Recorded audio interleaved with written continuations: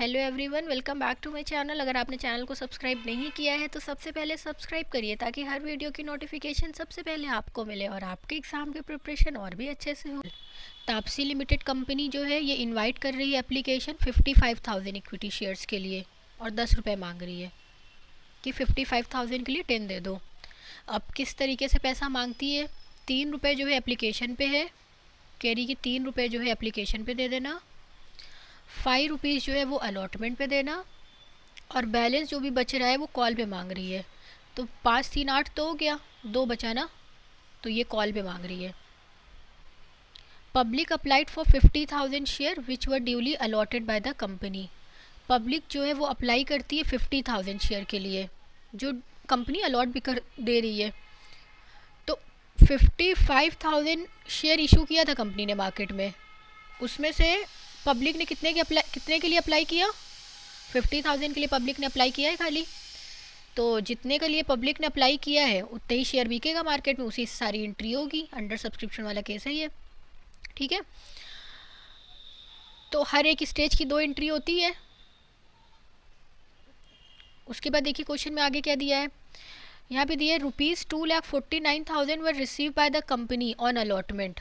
देखिए यहाँ पे पैसा दे दिया है, पहली बार, कभी पैसा नहीं देता था। यहाँ पे बोला है कि अलॉटमेंट पे 2,49,000 रिसीव हुआ है और 99,400 ऑन कॉल, और कॉल पे 99,400 जो है वो कॉल पे रिसीव हुआ है। हाँ, ये पैसा रिसीव होने के बाद कंपनी फोरफीट दो share on which both allotment and call money was not received. जिसमें अलॉटमेंट और कॉल मनी नहीं रिसीव होगी, कंपनी वही शेयर जो है फोरफीट करेगी। तो पहले यहाँ तक की एंट्री कर लेते हैं। तो अगर यहाँ पे देखिए ₹249 रिसीव हुआ है अलॉटमेंट पे, 99,400 कॉल पे रिसीव हुआ है, तो इसका मतलब कहीं ना कहीं अरियर होगा, और वही जो भी अरियर बनेगा उसी पे ही कंपनी कह रही है वही फोरफीट करेगी, वही वाला फोरफीट करेगी जिस पे जो है अलॉटमेंट और कॉल मनी नहीं रिसीव करी है। तो पहले पता तो चले कितने शेयर अरियर हुए हैं, तब तो हम आगे का निकाल पाएंगे कि शेयर फोरफीचर कितना हो रहा है। तो एप्लीकेशन पे तो पहले 2 एंट्री हो गई। 50,000 शेयर पे 3 रुपये रिसीव हुआ, फिर उसके बाद ट्रांसफ़र भी हो जाएगा। तो bank account debited 50,000 share into 3, तो 5 3 15, 4 ज़ीरो का 4 ज़ीरो लगा दिया तो 1,50,000 आ गया। तो bank account debited to share application account और narration share application money received on 50,000 share at the rate 3 each. उसके बाद इसको ट्रांसफ़र कर देते हैं, एप्लीकेशन मनी को शेयर कैपिटल में दे देते हैं। तो share application account debited to share capital account 1,50,000 और share application money transfer, 2 entry हो गई। देन अब शेयर अलॉटमेंट की बारी आई। अलॉटमेंट में ड्यू पे तो पूरा कराएंगे, हमें क्या पता कौन कितना दे रहा है कितना नहीं दे रहा है। तो share allotment to share capital, due की तो पूरी एंट्री बनी कि शेयर अलॉटमेंट मनी ड्यू हो गया 50,000 शेयर पे एट द रेट 5 ईच। तो 50,000 शेयर पे 5 मल्टीप्लाई कर दीजिए, तो 5 5 25, 25,000 ये 2,50,000 हो गया। ड्यू हो गया। ड्यू होने के बाद पैसा रिसीव की एंट्री होगी, तो बैंक में पैसा रिसीव किया जाएगा। अब जब पैसा रिसीव करेगी कंपनी, तो क्वेश्चन तो साफ साफ कह रहा है कि इतना ही पैसा रिसीव कर रही है कंपनी, कितना? 2,49,000। तो एंट्री जो बनेगी बैंक अकाउंट डेबिटेड 2,49,000 इतना रिसीव कर ली, और जो कि कंपनी को रिसीव कितना करना था? 2,50,000 रिसीव करना था ना। 2,50,000 में कंपनी रिसीव खाली कितना कर रही है? 2,49,000 रिसीव कर पा रही है, तो कितना नहीं मिला कंपनी को? 1,000 नहीं मिला। तो ये जो 1,000 नहीं मिला यही अरियर हो गया, इसी को हम अरियर में डाल देंगे। तो bank account debited 2,49,000, call in arrear account debited 1,000, to share allotment 2,50,000। अब ये जो 1,000 शेयर आया है ये भी तो निकालना है कि कितने शेयर पे नहीं मिला।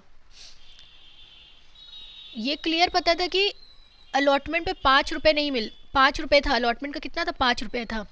अब मान लीजिए अगर 1,000 शेयर जो है अरियर बन रहा है, 1,000 रुपीज़ आ रहा है अरियर में, तो 5 रुपये था अलॉटमेंट स्टेज पे। तो अगर हम इसको 5 को 1,000 रुपीज़ से डिवाइड कर दें तो 5 2 10 और 2 0, तो ये 200 शेयर आ गया। तो 200 शेयर पे 2 रुपये, 200 शेयर पे 5 रुपये नहीं मिला कंपनी को, तभी तो 5 2 10 1,000 आया।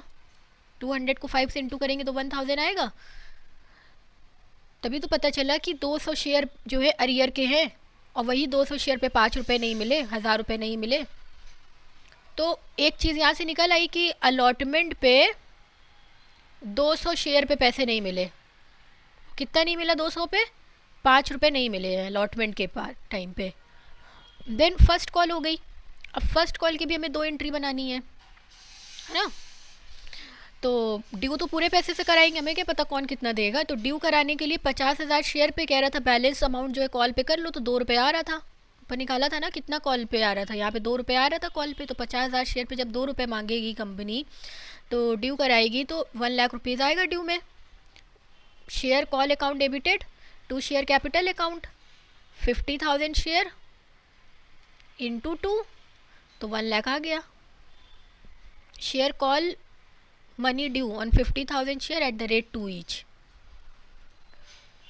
नेक्स्ट उसके बाद क्या, अब पैसा रिसीव करना है। अब रिसीव करने की एंट्री होगी ना। तो क्वेश्चन में दिया हुआ था कि कॉल पे कितना रुपए रिसीव कर रही है, 99,400। तो बैंक में 99,400 डाल दीजिए। Bank account debited 99,400। 1 lakh rupees due था, 1 लाख रुपए कंपनी मांग रही थी, उसमें से 99 जो है 400 मिला है कंपनी को। तो कितना नहीं मिला, 600 शेयर नहीं मिला। 600 जो है रुपीज़ नहीं मिला, शेयर नहीं, 600 रुपीज़ नहीं मिला कंपनी को। तो जो ये 600 रुपीज़ नहीं मिला ना, यही कॉल इन अरियर है जो नहीं मिला। अब इस पर भी निकाल लेते हैं कि कितने शेयर होंगे कॉल इन अरियर के। तो 600 रुपीज़ है और इसका स्टेज का पैसा 2 रुपये था एक का। तो 2 1 ज़ा 2, 2 3 ज़ा 6, तो 300 आया। तो पहले 200 शेयर पहले से फोरफीट हो चुके, मतलब सॉरी 200 शेयर में पहले पैसा नहीं मिला था, 200 शेयर पहले अरियर बन चुके थे। उसके बाद अब 300 शेयर अरियर बन गए। तो मतलब 200 वाले तो ऊपर थे ही 3 रुपये के, 5 रुपये के। ये यहाँ पे 200 वाले जो है ऊपर, यहाँ पे 200 पे 5 जो है नहीं मिला था। अब उसके बाद 200 पे 2 रुपये और नहीं मिला, और नहीं मिला, प्लस 100 शेयर और आ गए, उन पे भी 2 रुपये नहीं मिला। तो टोटल 300 शेयर आ गए, 200 प्लस 100 तो 300 हुए, इंटू 2 तो 3 2 ज़ा 6, तो 600 जो है ये नहीं मिला अमाउंट। तो ये वाला हमारा क्या हो गया, कॉल इन अरियर हो गया। पता है क्यों शेयर पे निकाला यहाँ पर, क्योंकि कंपनी ये कह रही थी कि वही शेयर कंपनी फोरफीट करेगी जिसमें जो है अलॉटमेंट और कॉल मनी दोनों नहीं मिला है। तो यहाँ से पता चल जाएगा ये जो 100 शेयर है, ये 100 शेयर कंपनी नहीं फोरफीट करेगी, ये 100 शेयर जो है कंपनी नहीं फोरफीट करेगी, क्योंकि इस पर तो सिर्फ कॉल मनी नहीं मिला ना। तो जब कंपनी फोरफीट करेगी तो ये 200 वाले भी फोरफीट करेगी और ये वाले भी फोरफीट, ये 200 वाले फोरफीट करेगी। क्यों करेगी, क्योंकि 5 रुपये इस पर नहीं मिला था और 2 रुपये इस पर नहीं मिला। तो 200 पे 7 रुपये जो है कंपनी को नहीं मिला, वही कंपनी फोरफीट करेगी। ठीक है, इसीलिए निकाला गया है अलग अलग से कि 200 जो है फोरफीट शेयर होंगे कंपनी के। तो लेकिन चलिए पहले जो है कॉल की एंट्री कर लेते हैं। तो यहाँ पर कॉल की हम लोग ने बना ही दिया था। क्या बनाया था, share first call to share capital account. Due तो पूरे अमाउंट से हो गया था। ड्यू के बाद जब पैसा देने की बारी आई तो बैंक अकाउंट डेबिटेड 99,400 से हुआ। कॉल इन अरियर जो है वो 300 इंटू 2 600 हो गया। To share capital account 1 lakh हो गया। अब इसके बाद क्वेश्चन में भी ये बात बोली गई थी कि जब कंपनी को पैसा नहीं मिला तो कंपनी फोरफीट करेगी और वही शेयर फोरफीट करेगी जिसमें अलॉटमेंट और कॉल मनी दोनों नहीं रिसीव हुआ है। तो अब आप ये बताइए कितने शेयर पे कंपनी कितना शेयर फोरफीट करेगी, कौन सा ऐसा शेयर है जिसपे अलॉटमेंट और कॉल नहीं मिला है। तो 200 शेयर पे नहीं मिला था तो वही 200 शेयर कंपनी फोरफीट कर देगी। तो इसकी एंट्री बनेगी share capital account debited to call in arrear account to share forfeiture account. Forfeiture में वो अमाउंट जाता है जो कंपनी रिसीव कर चुकी है। तो यहाँ फोरफीचर में कौन सा अमाउंट जाएगा, जो रिसीव किया है कंपनी ने। तो सिर्फ एप्लीकेशन का पैसा रिसीव किया था 3 रुपये। तो 200 शेयर पे 3 रुपये कितना हो गया, 2 3 ज़ा 600 ये आ गया। और कॉल इन अरियर में तो वो अमाउंट जाता है जो कंपनी ने नहीं रिसीव किया है। तो 200 पे 7 नहीं रिसीव किया ना। 7 कैसे, 5 रुपये अलॉटमेंट का और 2 रुपये कॉल का।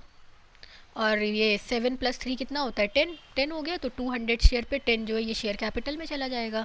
तो share capital account debited 2000 to call in arrear account 1400 to share forfeiture 600 being that 200 share forfeit हो गया। उसके बाद क्वेश्चन में आगे लिखा हुआ है कि 70% ऑफ द फोरफीटेड शेयर वर री issued at 7 per share fully called up fully called up का मतलब हम 10 से कंपेयर करेंगे, जितना भी वैल्यू कॉल्ड अप है उससे कंपेयर करना है। तो 70% री इशू हुआ है। 200 का 70% कितना होता है बताइए? 200 का 70% 140। तो 140 शेयर क्या हो रहा है? री इशू हो रहा है। और कितने पे? 7 कॉल्ड अप, तो 7 रुपीज़ आ रहा है ना कंपनी के पास। तो जितना भी पैसा कंपनी के पास आएगा वो बैंक अकाउंट में लिख देंगे। तो बैंक अकाउंट डेबिटेड 140 इंटू 7 तो 980। अब 7 को 10 से कंपेयर किया तो कितने का डिस्काउंट कंपनी दे रही है जब री इशू कर रही है? 3 रुपये का। तो share forfeiture account 140 into 3 420 ये हो गया। To share capital account 140 into 10 तो ये हो गया 1400। ठीक है, reissue of 70% forfeited share that is 140 share at the rate 7 per share and 10 called up. अब उसके बाद जो है शेयर फॉर फीचर की तो एक एंट्री होती है, लेकिन री इशू की 2 एंट्री होती है। तो जो भी प्रॉफिट है वो हमें कैपिटल रिजर्व में ट्रांसफ़र करना है।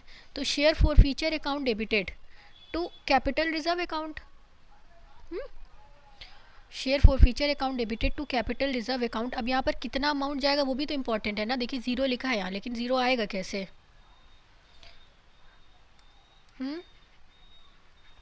अगर आप लोग को पता है तो आप लोग कर लीजिए, नहीं पता तो देखिए हम समझा रहे हैं।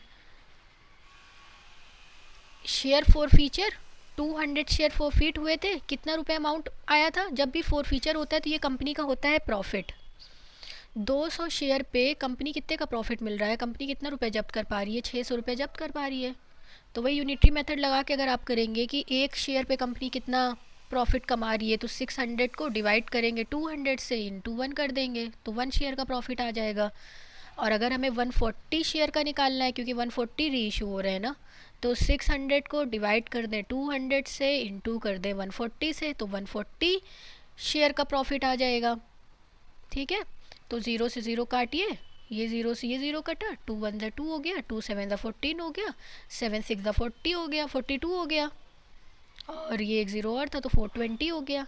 तो जब कंपनी 140 शेयर री इशू करती है तो उसको प्रॉफिट होता है 420 का। क्लियर है? ये फॉर्मूला होता है, ये फॉर्मूले बेस पे पूरा आ गया।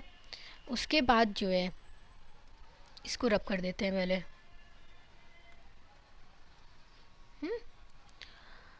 तो 420 का प्रॉफिट आ चुका है कंपनी का यहाँ पे, तो यहाँ 420 लिख दिया।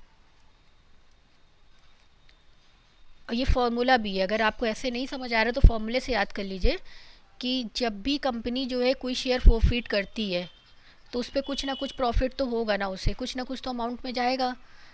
तो फॉरफीचर के टाइम पे ये वाली एंट्री में 600 रुपये आया, तो amount 600 divided by forfeited share 200 into re issue share 140, ये री इशू शेयर हो गया, तो आ गया 420।